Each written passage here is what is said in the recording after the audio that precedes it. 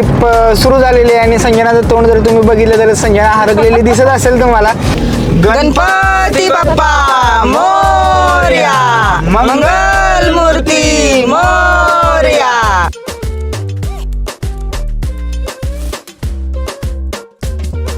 जेणेकरून तुम्ही ज्या वेळेला याल किती मजले आहेत त्याच्यावरनं तुम्हाला किती वेळ लागेल दर्शनासाठी, तर याचा एक अंदाज आहे. कसं झालं संजना? दर्शन खूप छान झालं, एक मस्त वाटलं एकदम. आतमध्ये गाभात गेल्यानंतर एकदम शांत, मन एकदम प्रसन्न झालंय घरातला.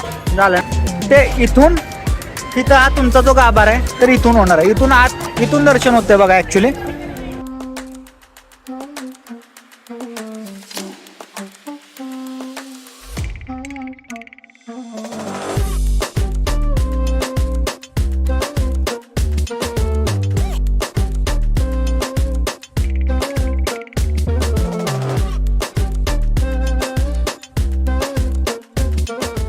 नमस्कार मित्रांनो, स्वागत आहे तुमचं द फॅमिली टूरच्या एका नवीन टूरमध्ये, एका नवीन ब्लॉगमध्ये. आज आपण निघालेलो आहे आपली आजपर्यंतची सगळ्यात मोठी यात्रा, सगळ्यात मोठी टूर करायला. ती म्हणजे आहे आपली शिवशक्ती यात्रा.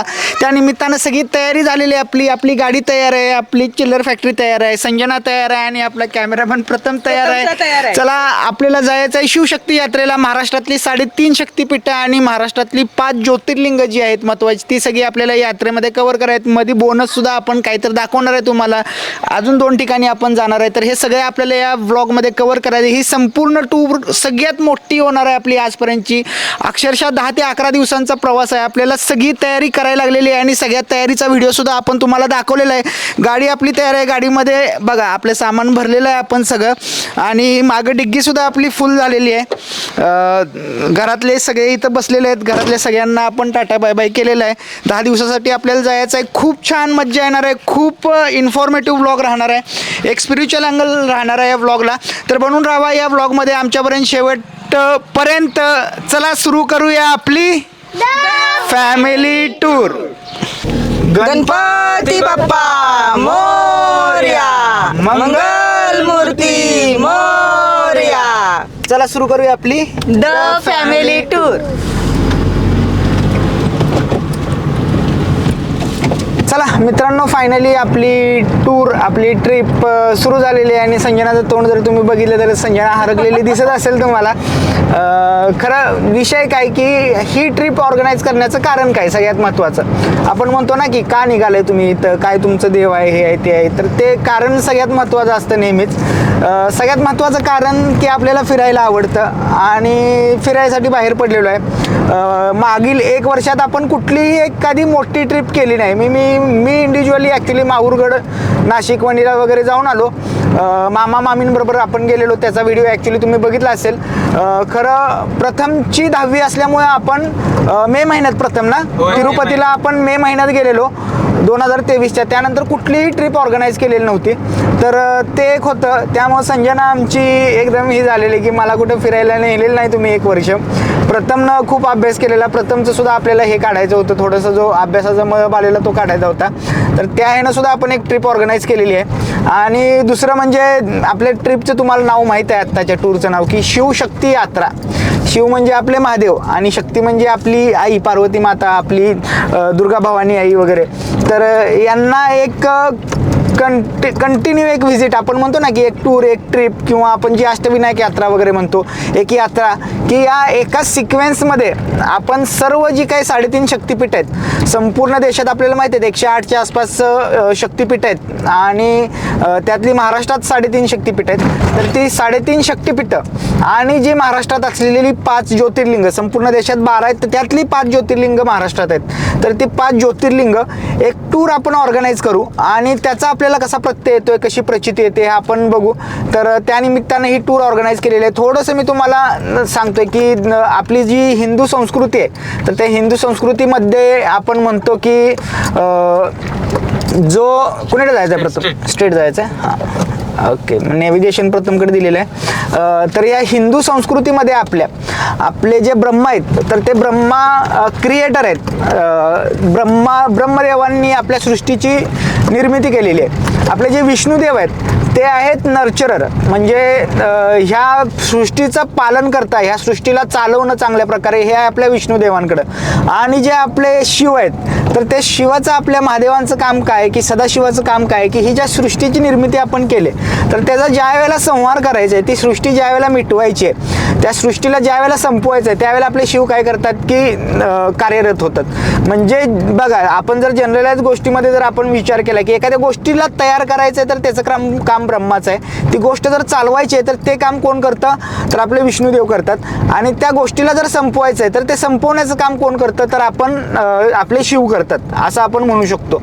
आणि शिवाला म्हणूनच आपण काळ सुद्धा म्हणतो. बघा, अकाल आपण म्हणतो ना की, तर ते शिवाचं काम काय की संपवणं. म्हणूनच शिवाला जर आपण आपल्या रेग्युलर गोष्टीमध्ये किंवा आपल्या ॲक्च्युअल ह्याच्यामध्ये जर रिप्रेझेंट करायचं झालं तर शिव हा वेळेला रिप्रेझेंट करतो.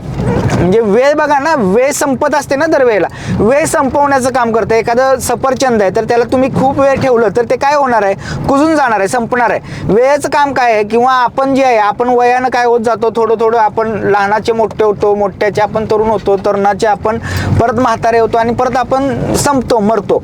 तर हे वेळेचं काम जे आहे तर वेळ हे रिप्रेझेंट कुणाला करते तर शिवाला करते. आणि शक्ती, तर ही शक्ती जी आहे म्हणजे वेळेला आपण काय म्हणतो की वेळ संपवण्याचं काम करतं. तर ते संपवण्याचं काम कशाच्या मार्फत होतं तर त्या एका शक्तीच्या मार्फत होतं. ती शक्ती आपल्यातली कमी कमी कमी होत जाते, वाढत जाते. ज्यावेळेला आपण तरुण होतो, ज्यावेळेला आपण मरतो त्यावेळेला कमी होत जाते. जसं सफरचंदाचं आपण एक्झाम्पल घेतलं की ज्यावेळेला आपण सफरचंद सुरुवातीला असतं 2 दिवसानंतर 10 दिवसानंतर ते कुजतं वगैरे. प्रथम कुणीकडे जायचं, इकडं. ओके, तर ते कुजवण्याचं काम ती शक्ती करत असते, बरोबर आहे ना. तर शिवशक्ती म्हणजे काळ आणि त्या काळाच्या मार्फत असलेली शक्ती. आपण म्हणतो ना की कधी कधी अरे काय माझी वेळ बरोबर सुरू नाही. जर तुमची वेळ बरोबर सुरू नाही तर त्यावेळेलाच तुमच्यावर रुसले कोणतरी शिव रुसलेला आहे मित्रांनो, तो महादेव रुसलेला आहे. आणि थोडंसं आमच्या आयुष्यात सुद्धा बिझनेसमध्ये, माझ्या ॲप्लिकेशन डेव्हलपमेंटमध्ये आता काय आहे की थोडंसं 19-20 सुरू आहे. अगेन टेक्नॉलॉजी खूप रॅपिडली चेंज होत आहे. खरं ती वेळ थोडीशी मला असं वाटतं की माझी कुठंतरी चुकायला लागले. आणि ती शक्ती, जो उत्साह, जो हुरूप पहिल्यांदा काम करताना होता तो थोडासा या 6-7-8 महिन्यात मला कमी वाटतोय. तर ती शक्ती आणि ती वेळ ह्या दोघांचं कुठं तर मला आता गरज आहे. आणि ती गरज कुठं भागणार आहे तुमची मित्रांनो, ज्यावेळेला तुमची वेळ चांगली नाही तर तुम्हाला महादेवाकडे जायचं आहे. ज्यावेळेला तुमचा उत्साह, तुमची शक्ती ज्यावेळेला कमी पडते त्यावेळेला तुम्हाला कुणाकडे जायचं तर तुम्हाला शक्तीकडे, आपल्या आईच्या दर्शनासाठी जायचं आहे. आणि तेच या माध्यमातून आम्हाला कव्हर करायचं आहे. शिवशक्ती यात्रेचा अर्थ हाच असेल मित्रांनो, किंवा ह्या शिवशक्ती यात्रेतनं आम्हाला महाराष्ट्रातल्या तमाम जनतेला काय सांगायचं आहे की जर तुमची वेळ सरळ नाही आहे, जर तुमच्याकडे शक्ती नाही आहे, जर तुमच्याकडे ते उत्साह नाही आहे काम करताना, तर तुम्हाला या शिवशक्ती यात्रेच्या निमित्तानं आपल्या महाराष्ट्रातली जी 3.5 शक्तिपीठ आहेत आणि जी 5 ज्योतिर्लिंग आहेत ती कव्हर करा, ती यात्रा कव्हर करा. आणि तुम्हाला काय प्रत्यय येतोय का बघा. फर्स्ट टाइम आम्ही करतोय, आमच्या आधीही खूप जणांनी केलं असेल तर खरं हे डॉक्युमेंटेड एक अनुभव आमचा शेअर करायचा आहे तुम्हाला आणि आम्हाला दाखवायचं आहे की या शिवशक्ती यात्रेचा आमच्या जीवनावर काय परिणाम होतो. तर हे सगळं तुम्हाला या व्हिडिओमध्ये दिसणार आहे. आपण महाराष्ट्रातली 3.5 शक्तिपीठ म्हणजे तुळजापूर, जे काही वणी असेल, माहूरगड असेल आणि कोल्हापूर असेल, तर ही 3.5 शक्तिपीठं प्लस 5 ज्योतिर्लिंग, ज्याच्यामध्ये आपण परी वैजनाथ, औंढा नागनाथ, त्र्यंबकेश्वर, घृष्णेश्वर आणि कुठलं राहिलं प्रथम भीमाशंकर. तर ही 5 ज्योतिर्लिंग हे आपण सगळं कव्हर करायचं आहे. निघालेलं आहे आपण तुळजापूरला. बनून राहा आमच्या या संपूर्ण शिवशक्ती यात्रेमध्ये. शिवशक्तीचा आशीर्वाद या माध्यमातून आम्हाला आणि आमच्या माध्यमातून तुम्हाला शिवशक्ती देतील असं आपण हे करूया आणि ही टूर आपली कंटिन्यू करूया. हर हर महादेव. चलो चला मित्रांनो, सकाळचे वाजलेले आहेत 11:06 आणि तुळजापूरच्या अगदी अलीकडं 20 किलोमीटर आपण आहे. खूप फास्ट आलो. रस्ता एक नंबर आहे. कसा चिकना म्हणू शकतो ना आपण, प्रथम कसा चिकना रस्ता आहे, त्यामुळे खूप फास्ट आलो आपण. ॲव्हरेज 80-90 स्पीड लिमिट क्रॉस केलेलं नाही. आणि भुका लागलेल्या. दादू बघा आमचा बसलाय. 20 किलोमीटर अलीकडं श्रीपाद वल्लभ मंदिर श्री नागनाथ मंदिर आहे. जागा हुडकत होतो, उन्हाळा आहे खूप जास्त, झाडं वगैरे जास्त अशी हायवे असल्यामुळे आम्हाला तिथं भेटली नाहीत. तर मंदिर अगदी हायवेच्या कडेला, तुळजापूरचा जो हायवे आहे सोलापुरातून येतो, तर त्या हायवेच्या अगदी कडेला आपल्याला हे मंदिर भेटतं. 20 किलोमीटरच्या आसपास अलीकडे आपल्याला भेटतं. आणि जेवायला आता बसलेलो आहे. दादा भूक लागलेत काय? हा दादू बस खाणार आहेस काय? नाही नाही खाणार? नाही भूक लागलेल्या दादा उडून जाते म्हणून बस. होय, दाद्या खोटं बोलायला आलाय, कारण दाद्याला भुका लागणार नाही असं होणार नाही, होय नाही. आता जेवणार आहे. संजना काय काय आणले खायला? काय काय आणले सांगतो. दाखव लवकर आधी. हा भाजी आणल्या आणि आमटी आणल्या कटाच्या कालची ना, कालची कोबीची भाजी भाजी आणि आमटी आमटी आणली आमटी आणि ही बघा कटाच्या मस्त पैकी. आणि काय आणले का? आणि शेंगदाणे चटणी केली का इंजिनियर साहेबांनी? कोणी केल्या? सकाळी इंजिनियर साहेबांनी केलेलं आहे. पिंडीला आवडते हो का?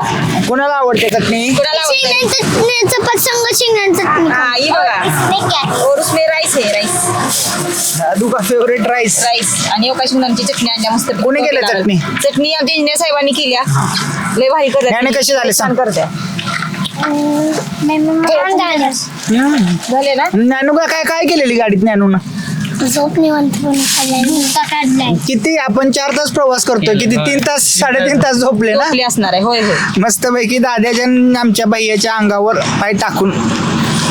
चला मित्रांनो, जेवून घेणार आहे. जेवून आता तिथे किती आपण 20 किलोमीटर म्हणल्यावर किती प्रथम एक 20 ते 25 मिनिटात आपण पोहोचतो तिथं. आणि तिथं जाऊन आता भेटूया. आता भुका लागल्यात, सकाळपासून काहीच खाल्लेलं नाही. या ट्रिपमध्ये आपण एक पाळायचं आहे मित्रांनो, बाहेर नाश्ता करणं किंवा खाणं मोस्टली टाळायचं आहे. आणि त्याचाच भाग म्हणून आम्ही 7ला जरी बाहेर पडलो तरी कुठेही नाश्ता केलेला नाही, डायरेक्ट जेवायला बसलोय 11च्या दरम्यान. चला आता मस्तपैकी जेवतो आणि डायरेक्टली आपण तुळजापूरमध्ये भेटूया. मित्रांनो 12:15 वाजलेले आहेत आणि आपण पोहोचलेलो आहे तुळजापूरला. पार्किंग जे ऑफिशियल आहे 50 रुपये जिथे घेतात ॲक्च्युली आत सोडताना. तुळजापूरमध्ये आत आल्यानंतर तुम्हाला जो राऊंड अबाउट आहे तिथून पुढे यायचं आहे. आणि पुढे आल्यानंतर तिथून तुम्हाला काय करायचं आहे, आडवा मेन रोड आहे, तिथून पुढे आल्यानंतर लगेच तुम्हाला पार्किंगकडे एक बोर्ड लागतो. तर त्या बोर्डपासून तुम्ही सरळ आत आला की मोठं एक मैदान आहे पार्किंगसाठी. पार्किंगमध्ये आत येण्याआधीच त्यांच्या लेडीज जेंट्स कोण असतं ते त्यांचं युनिफॉर्म असतो आणि ते तुमच्याकडनं 50 रुपयाचं तिकीट घेतात पार्किंगचं. आणि मग मोठं मैदान आहे. त्या मोठ्या मैदानात गाड्यांची संख्या बघून तुम्हाला काय होऊ शकतं की गर्दी किती आहे याचा अंदाज लागू शकतो. आणि आत्ता संजय ना किती गाड्या जास्त होते ना, गाड्या खूप जास्त होत्या, त्यामुळं गर्दी जास्त असणार आहे. हे मानून आपल्याला पुढे गेलं पाहिजे. पार्किंग पासून बाहेर पडल्यानंतर तुम्हाला कंटिन्युअसली अगेन पार्किंग मध्ये तुम्ही उतरल्या तुम्हाला खूप सारे लोक येतात की जे म्हणतात की चला मी तुम्हाला ओढी काय म्हणजे ओटी देतो, नारळ साडी वगैरे हे सगळं तुम्हाला देतो, प्लस दर्शन घडवतो 500 रुपये 700 रुपये असं ते डिमांड करतात. रिस्क घेऊ नका, मी सल्ला देतोय, जावा डायरेक्टली. तिथे 300 रुपयाचं विशेष दर्शन तुम्हाला मिळू शकतंय तर ते घ्या. किंवा मग आपलं जे आहे ते मुखदर्शन किंवा धर्मदर्शन तुमच्या प्रेफरन्सनुसार तुम्ही घेऊ शकता. पार्किंग पासून मंदिरापर्यंत जाण्यासाठी खूप छान रोड आहे आणि त्या रोडवर तुम्हाला साडी चोळी नारळ हे सगळं मिळून जाईल. 50 रुपयापासून अगेन ते डिपेंड करतं की तुम्ही कशी साडी चोळी घेता, याच्यानुसार 50 रुपयाला सुरू होतं.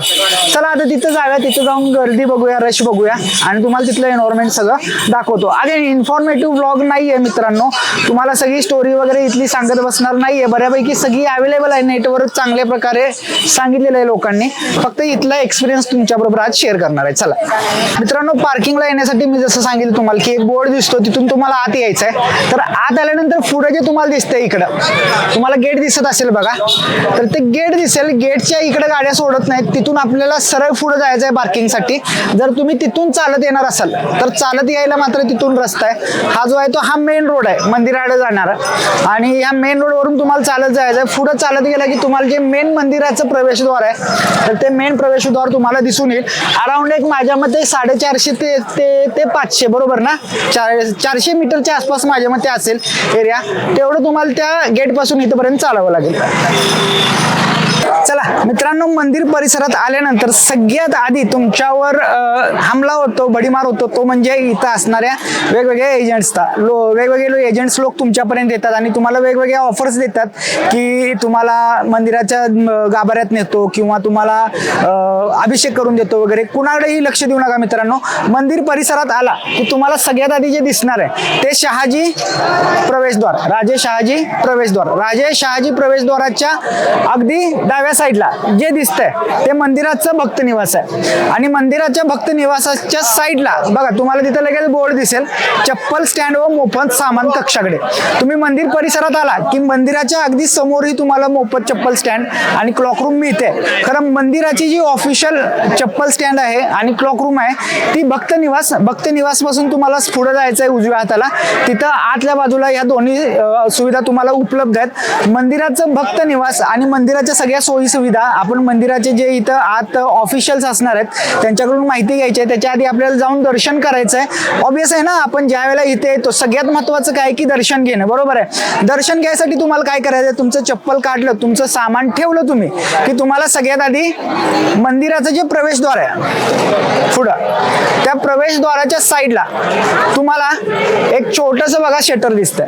तर त्या शटरच्या इथून तुम्हाला आत जायचं आहे. आत गेल्यानंतर तुम्हाला फॅसिलिटी जसं मी तुम्हाला इथे सांगितलं 3 प्रकारे दर्शन घेता येतं. मित्रांनो, धर्मदर्शनचे पास काढण्यासाठी आपण इथं आत आलेलो आणि इथं आत आल्यानंतर आपल्याला एक लेटेस्ट अपडेट मिळतोय की धर्मदर्शनचे पास जे आपल्याला इथे येऊन काढावे लागत होते सगळ्यात आधी, तर ते बंद केलेले आहेत आता. त्याचा जास्त करून काही उपयोग होत नाही किंवा त्यामुळे थोडासा रश होतो, गर्दी होते. त्यामुळे ते संस्थानानं नियम बदललेला आहे. फक्त पेड पास जर तुम्हाला काढायचे असले तर तुम्हाला इथं यायचं आहे आणि पेड पास फक्त काढायचं आहे. 200 रुपये पर हेड. 15 ते 20 मिनिटात अगदी 5 फुटावरून तुमचं दर्शन होईल. धर्मदर्शन किती फुटावरून होतं दादा? 15 फुटावरून. आणि मुखदर्शन 50 फुटावरून. 50 फूट, 15 फूट आणि 5 फूट. तर हे डिफरन्स लक्षात ठेवा. धर्मदर्शन म्हणजे 15 फूट, 50 फूट म्हणजे मुखदर्शन आणि जे 200 रुपयाचा पास आहे त्याच्या थ्रू तुम्हाला 5 फुटामध्ये दर्शन होणार आहे. दुसरे कोणतेही पास काढायचे नाहीत, फक्त पेड पास तुम्हाला इथं काढायचं आहे. चला जाऊन आपण दर्शन घेऊया. कॅमेरा वगैरे आता बॅगमध्ये ठेवणार आहे, जाऊन दर्शन घेणार आहे. नंतर ह्या परिसराची संपूर्ण विस्तृत माहिती तुम्हाला प्रोव्हाइड करणार आहे. चला मित्रांनो, शहाजी द्वारातून खाली आल्या तुम्हाला सगळ्यात आधी जे पुढे दिसतंय तर ते आहे कल्लोळ तीर्थ. तर ते कल्लोळ तीर्थाची सुद्धा कथा अशी आहे की ज्या वेळेला देवी इथं प्रगट झाली महिषासुराचा वध करण्यासाठी, त्यावेळेला भारतातील सगळी तीर्थ जी होती तर ते सगळी तीर्थ कन्फ्यूज झाली असं म्हणतात इथं प्रकट होण्यासाठी. आणि सगळी तीर्थ एका वेळेला इथं प्रकट झाली देवीसाठी आणि त्यामुळे कल्लोळ उठला, म्हणून याला कल्लोळ तीर्थ म्हणतात. तर आल्या तुम्हाला कल्लोळ तीर्थात जाऊन तुम्ही हातपाय तोंड वगैरे धुवावे, आंघोळ करावी अशी सुद्धा प्रथा आहे. तर खरं ते 2 वाजता सुरू होतं मित्रांनो, लक्षात ठेवा. बरोबर 2 वाजता ते सुरू होतं. सकाळी जर तुम्ही आला तर तिथं तुम्हाला स्नान वगैरे करता येणार नाही. तर तुमच्यासाठी इथं काय फॅसिलिटी आहे की जिथून खाली पायऱ्या जातात तर त्या खाली पायऱ्या जातात त्याच्या साईडहून गोमुख जे आहे म्हणजे गोमुख तीर्थ जे आहे तर त्या गोमुख तीर्थासाठी लाईन असते. तर त्या गोमुख तीर्थाला तुम्ही हातपाय तोंड धुवून खाली जाऊ शकता. आता आम्ही त्याच लाईनीत लागलोय आणि खाली जाणार, गोमुख तीर्थाला हातपाय तोंड धुणार आणि मग पुढे दर्शनाला जाणार. चला जाऊया.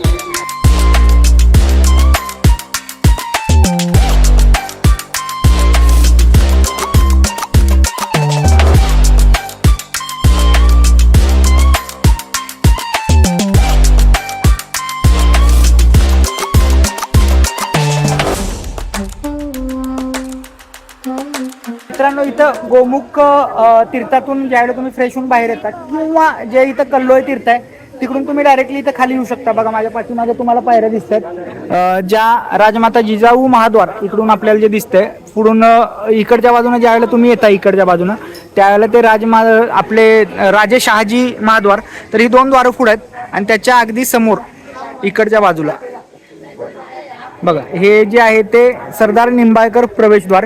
इथून आपल्याला आत जायचं आहे आणि त्याच्या अगदी समोर श्री सिद्धिविनायक उजव्या सोंडेचा गणपती आपल्याला आहे. तर तिथं दर्शन घ्यायचं आणि तिथून पुढे जायचं आहे. चला मित्रांनो, निंबाळकर द्वारातून आत आल्या तुम्हाला खूप जास्त गर्दी दिसते, मंदिर दिसतं. नेमकं कुठं जायचं हे समजत नाही तर मी तुम्हाला सांगतो. तर हे निंबाळकर द्वार आपलं. इथून आपण आत येतो. इथून आत आल्या तुम्हाला समोर तोंड केल्यानंतर डाव्या बाजूला बघा इकडे दर्शन रांगेकडे जाण्याचा मार्ग आणि एक दरवाजा दिसतोय. तर तिथून जायचं मित्रांनो. बघा मी परत आणि सांगतोय, हे झालं आपलं निंबाळकर प्रवेशद्वार. इथून ज्या वेळेला तुम्ही आत येता तर इथून डायरेक्टली तुम्हाला डावीकडे यायचं आहे आणि डावीकडे आल्यानंतर इथं बघा दर्शन रांगेकडे जाण्याचा मार्ग असं लिहिलेलं आहे, स्पष्ट बाण सुद्धा दाखवलेलं आहे. तर तिथून आत जायचं आहे. तिथून आत गेल्यानंतर जे काही तुमचं धर्मदर्शन असेल किंवा मुखदर्शन असेल याच्या रांगा तिथून सुरू होतात. आल्यानंतर इथंही लोक तुम्हाला खूप आर्जव करतात की डायरेक्ट दर्शन घडवतो किंवा काय. खरं इथं लिहिलंय बघा, बघा काय लिहिलंय इथं, दर्शन मंडपात धर्मदर्शन किंवा मुखदर्शनासाठी विनारांगेत कोणाशी सोडण्यास येत नाही. मंदिर संस्थानामार्फत मुखदर्शन धर्मदर्शन करिता कोणतेही शुल्क आकारले जात नाही. दर्शनासाठी कोणत्याही व्यक्तीस भाविकांनी पैसे देऊ नये. स्पष्ट मराठीमध्ये मित्रांनी लिहिलेलं आहे. तुम्हाला मराठी समजतंय असं समजतो आणि त्यानुसार तुम्ही बिहेव कराल असं आपण हे करूया आणि आज दर्शनासाठी जाऊया. चला चला मित्रांनो, इथून आत आल्यानंतर बघा तुम्हाला परत पुढे जायचं आहे. दोन्ही बाण दाखवतात, धर्मदर्शन मुखदर्शन. तर इथून तुम्हाला आत जायचं आहे. आत गेल्यानंतर तुम्हाला जे वेटिंगचं जे क्यूज आहेत तर ते इथं दिसतील.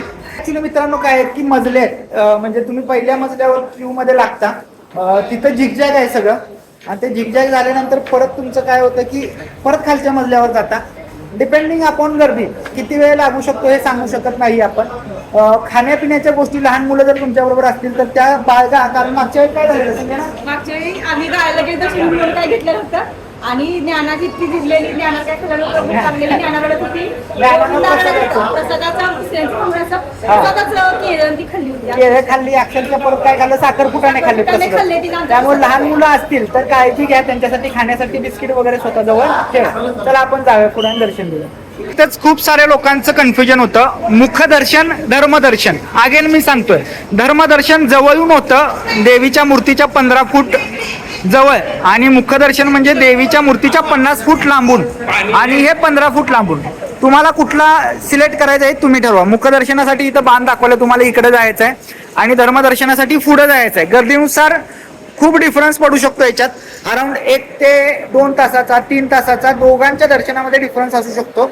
मोस्टली धर्मदर्शन घ्या, बऱ्यापैकी दर्शन केलेलं एवढ्या लांबून आलेलं तुम्हाला फील येतो.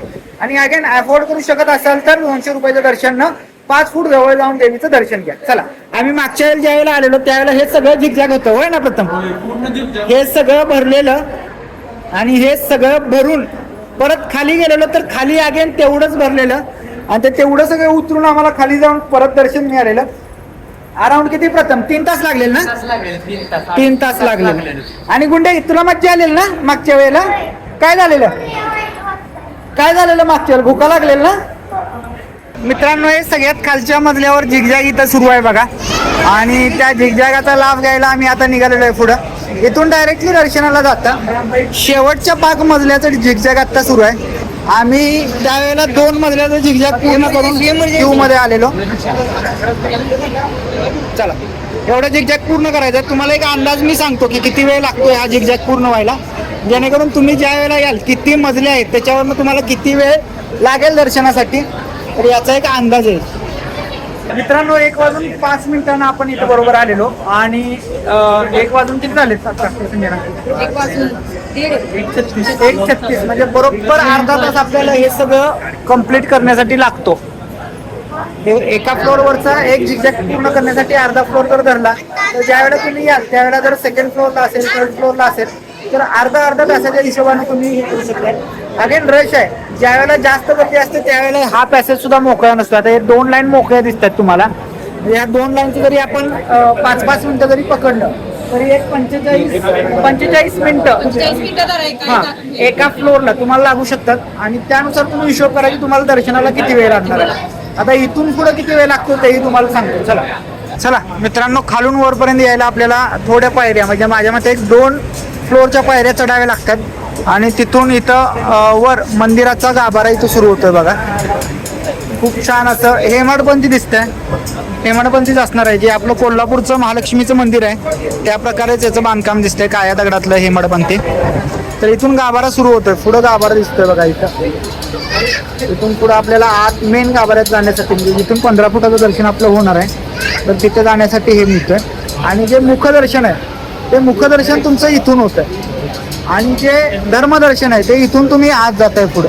म्हणजे मित्रांनो दर्शन झालेलं आहे अराउंड किती प्रथम 1:45 ते 1 तासात दर्शन आपलं झालं. एकच फ्लोअर होता. फ्लोअरचं मी जसं तर तुम्हाला टायमिंग सांगितलं 45 मिनिटाच्या आसपास एका फ्लोअरला लागतात. आता बाहेर आलोय मंदिराच्या, तुम्हाला थोडीशी माहिती देतो इथं.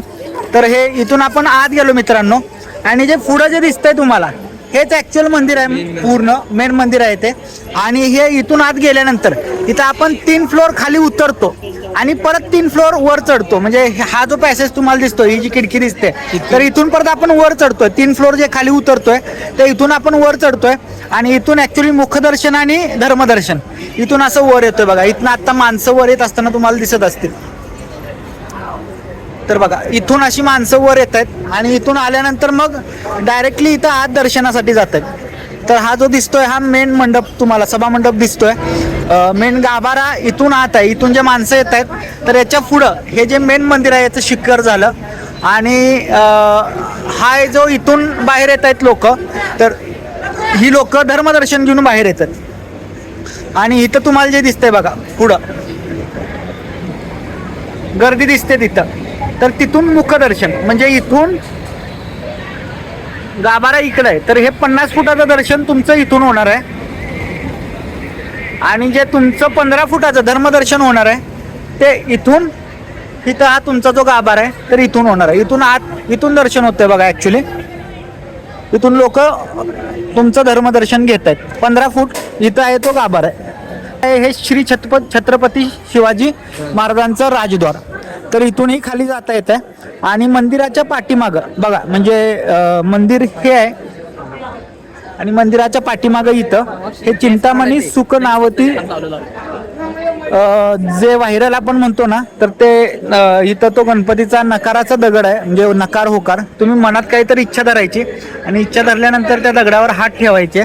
तर जो कौल लागेल, जर उजवीकडं जर दगड फिरला तर तो होकार असतो, डावीकडे जर फिरला तर नकार असतो. तर इथं चार्जेस 10 रुपये ते तुमच्याकडून घेतात. जर स्थिर राहिला तर तो काय आहे की प्रयत्नाने होईल स्टेबल, म्हणजे देवीने नकार दिलेला नाही, प्रयत्न करत राहावा असं देवी म्हणते. आपण एक बघूया बघा, स्थिर राहिलाय आता. आरती करण्याचं ठिकाण आहे, लक्षात घ्या. इथं आरतीसाठी ताट देतात ते आणि त्याचे काही चार्जेस घेतात आणि ते चार्जेस देऊन तुम्ही इथं देवीची आरती करू शकताय. बघा इथं जी गर्दी आहे ही आरतीची गर्दी आहे. त्याचप्रमाणे इथं बाहेर आल्यानंतर जर तुम्ही लग्नासाठी वगैरे येत असाल, लग्न झाल्यानंतर येत असाल, तुमच्या घरातील कोण नवरा नवरी असतील त्यांना घेऊन, तर त्यांचा गोंधळही तुम्हाला इथं घालता येतो. तर ही गोंधळ घालण्याचं ठिकाण इथं आहे बघा. इथं तुमचे काही तर थोडेसे चार्जेस घेऊन ते गोंधळ घालून इथं तुम्हाला देतात. इथं कायम ही माणसं असतात, तर यांच्याकडे तुम्ही गोंधळही घालून घेऊ शकताय तुमचा लग्नाचा वगैरे. आणि इथं जे आहे देवीला नेसवलेली पूजेची जी वस्त्र वगैरे असतात ती प्रसाद म्हणून इथं मिळतात. तर त्याचेही काही चार्जेस असतात. देवीला नेसवलेल्या साड्या, वटी वगैरे ह्या सगळ्या गोष्टी तुम्हाला इथं तुम्ही परचेस करू शकता. कसं झालं संजना? दर्शन खूप छान झालं, एक मस्त वाटलं एकदम. आतमध्ये गाभार केल्यानंतर एकदम शांत, मन एकदम प्रसन्न झालंय खरं आता. झालं ना दाद्या? कसं वाटलं? खूप छान वाटलं का? दर्शन पण शांत झालं. गावात आल्यावर नुसतं खायला पाहिजे, घरात जायचं नाही.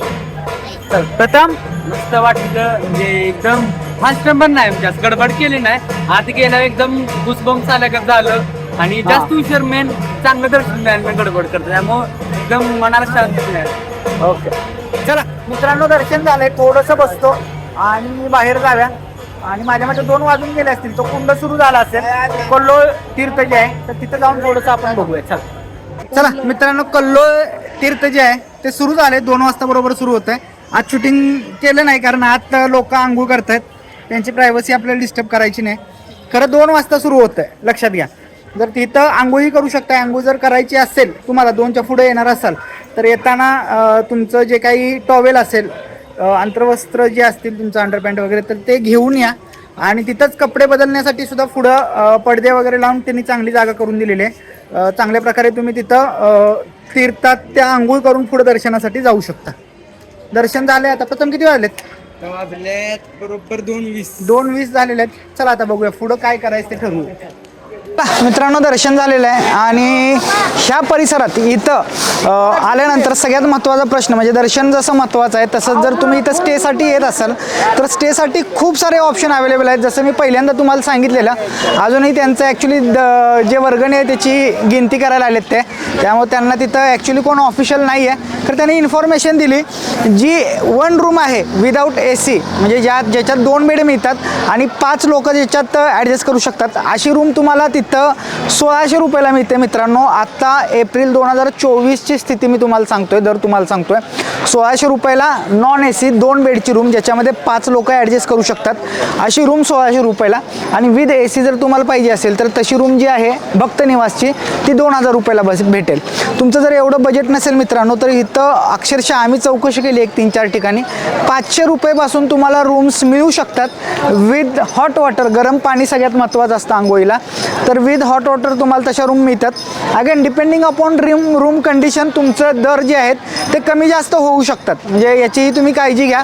इथं या चौकशी करा. त्याचबरोबर फक्त तुम्हाला राहायचं नसेल आंघोळ वगैरे करायची असेल तर मंदिराच्या भोवतीच तुम्ही आल्यानंतर तुम्हाला खूप सारे असे बोर्ड दिसतील की जिथं तुम्ही काय करू शकता की आंघोळ वगैरे करू शकता, फ्रेश होऊ शकता. तर त्याचा दर पर माणसी म्हणजे ॲव्हरेज जो मी विचारला तो 30 रुपयाच्या आसपास तुम्हाला पडतो.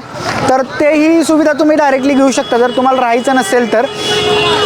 त्याचबरोबर इथं आल्यानंतर देवीसाठी देवीचं जे मानाचं जे काही घ्यायचं आहे त्याची प्रत्येक दुकानं तुम्हाला इथं भेटून जातील.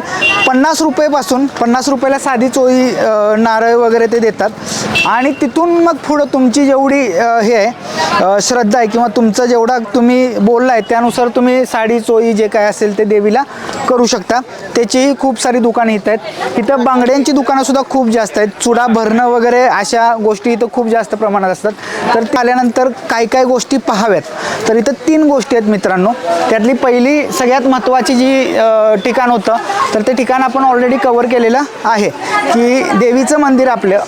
त्यानंतर जे दुसरं महत्त्वाचं ठिकाण आहे ती देवीची काय सांगितलं घाटशिळा सॉरी घाटशिव नाही घाटशिळा आहे.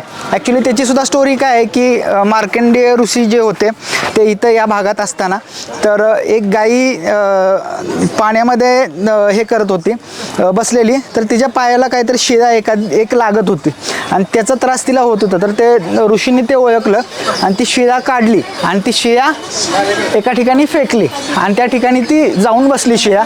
तर हे इथं स्टोरी संपत नाही. त्याचं ॲक्च्युली रामायणाच्या वेळेला ज्या वेळेला सीतेला रावणानं पळवून नेलं तर श्रीराम प्रभू आपले ज्यावेळेला तिला हुडकण्यासाठी इकडे तिकडे फिरत होते तर त्यावेळेला पार्वती देवी ज्या आपल्या होत्या त्यांनी परीक्षा घ्यायचं ठरवलं रामाची आपल्या श्रीराम भगवानांची आणि त्यांनी काय केलं की आपल्या पार्वती देवी त्या शिळेवर जी घाटशिळा आपण म्हणतोय तर त्याच्यावर येऊन श्री सीता मातेचं आपल्या रूप घेऊन त्या बसल्या श्रीरामाची परीक्षा घेण्यासाठी. तर श्रीरामांनी त्यांना पाहिलं आणि शेवटी ते प्रभू श्रीराम आहेत. एक वचनी एक पत्नी आपले प्रभू आहेत. तर त्यांनी ओळखलं की ही आपली पार्वती माता आहे आणि त्यांनी पार्वती मातेला माते म्हणून हाक मारली आणि याच्यावरून आपली पार्वती माता त्यांना प्रसन्न झाली आणि त्यांना वर दिला श्री प्रभू रामचंद्रांना की तुम्हाला कुठं कुठं जाऊन कसं कसं सीतामातेला हुडकायचं आहे. तर ती शिळा इथं आहे ती आपण बघायची आहे. तसंच मंदिराच्या पाठीमागच्या बाजूला देवीचं माहेरघर. तर ही 3 ठिकाणं म्हणजे एक देवीचं मंदिर घाटशिळा प्लस तिसरं जे आहे ते आपल्या देवीचं माहेरघर ही 3 ठिकाणं. तर त्यातली ही जी 2 ठिकाणं आहेत शेवटची मी सांगितलेलं घाटशिळा आणि देवीचं माहेरघर त्याला जाण्यासाठी जे पार्किंग आहे मंदिराचं जिथं आपण गाडी लावल्या तिथं जवळूनच जायला रस्ता आहे. घाटशी त्याच्या तिथंच आहे आणि मंदिराच्या पाठीमागं जाण्यासाठी गाडीनं जाण्यासाठी जो काही रस्ता आहे देवीचं जे माहेरघर आहे तो तिथूनच रस्ता आहे. आपण तिथं जाऊया. चला मित्रांनो आपण घाटशी जे मंदिर आहे घाटशिळा त्या ठिकाणी आलेलो आहे. ॲक्च्युली जे दुसरं पार्किंगच्या समोर जे दुसरं भक्तनिवास आहे संस्थांचं तिथून सरळ स्ट्रेट तुम्हाला यायचं आहे. तिथं सरळ स्ट्रेट आल्यानंतर तुम्हाला सगळ्यात आधी MTDCचं जे रिसॉर्ट आहे ते लागेल आणि त्याच्या समोर बरोबर आला की तुम्हाला हे घाटशिळा मंदिर दिसतंय बघा मित्रांनो. खूप छान खूप मस्त असं आहे आणि मंदिराच्या मध्ये बरोबर तुम्हाला एक शिळा जी दिसते तर त्या शिळेच्या नावावरनं इथं आणि त्याला घाटशिळा म्हणत असतील. रामकुंड एक जिवंत पाण्याचा झरा सुद्धा आहे, तो आहे का आपण बघूया. तोपर्यंत तुम्ही ही शिळा बघा. या शिळेवर माझ्या मते सगळे तेल अर्पण करतात असं दिसून येतंय. खूप छान. आणि इथनं पुढला परिसर सुद्धा खूप छान दिसतोय बघा मित्रांनो. संपूर्ण जो मेन रोड आहे, ज्या मेन रोडवरून आपण घाटावरून आत येतो तर तो रोड दिसतोय.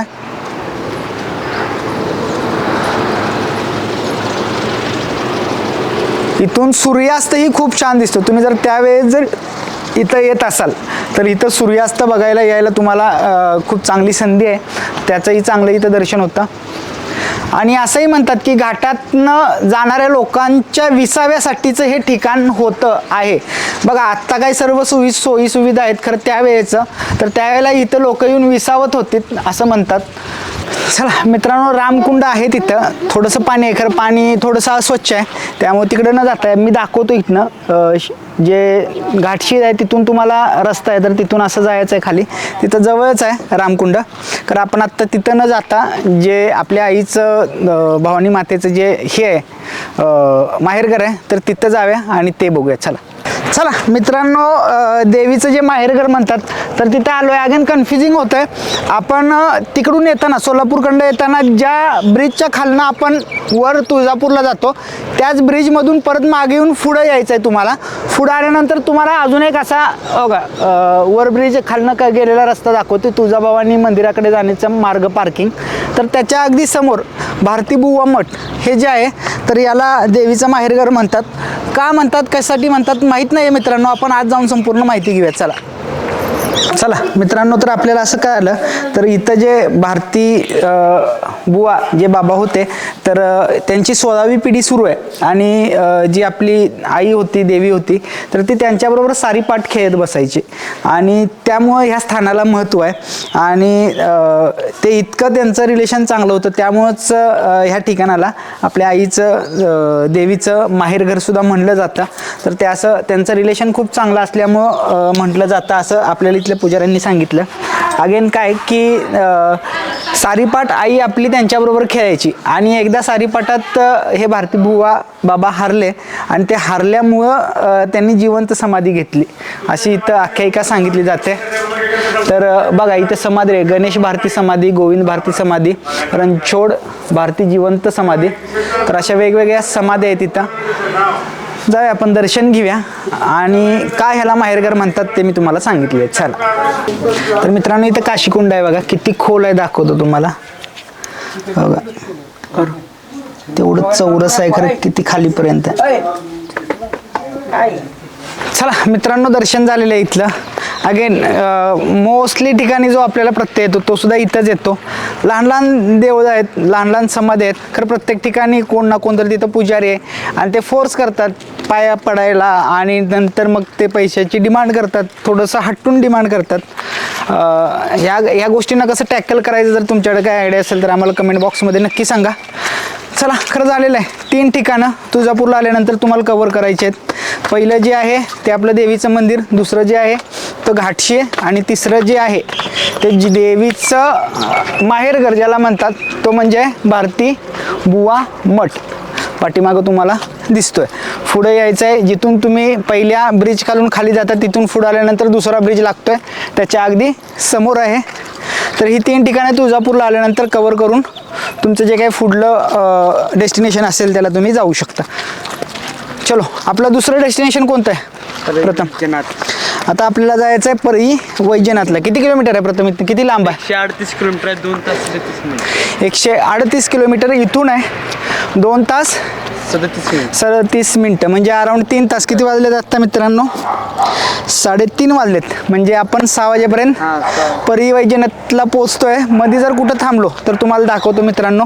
हा हायवे आहे आणि पाठीमागं जो दिसतोय तुम्हाला तो आपला तुळजापूरचा डोंगर जो आहे, ज्याच्यावर तुळजापूर आपली माता वसलेली आहे, तो डोंगर आहे. चला, जाऊया आता परळी वैजनाथला आणि तिथं डायरेक्टली भेटूया. चलो.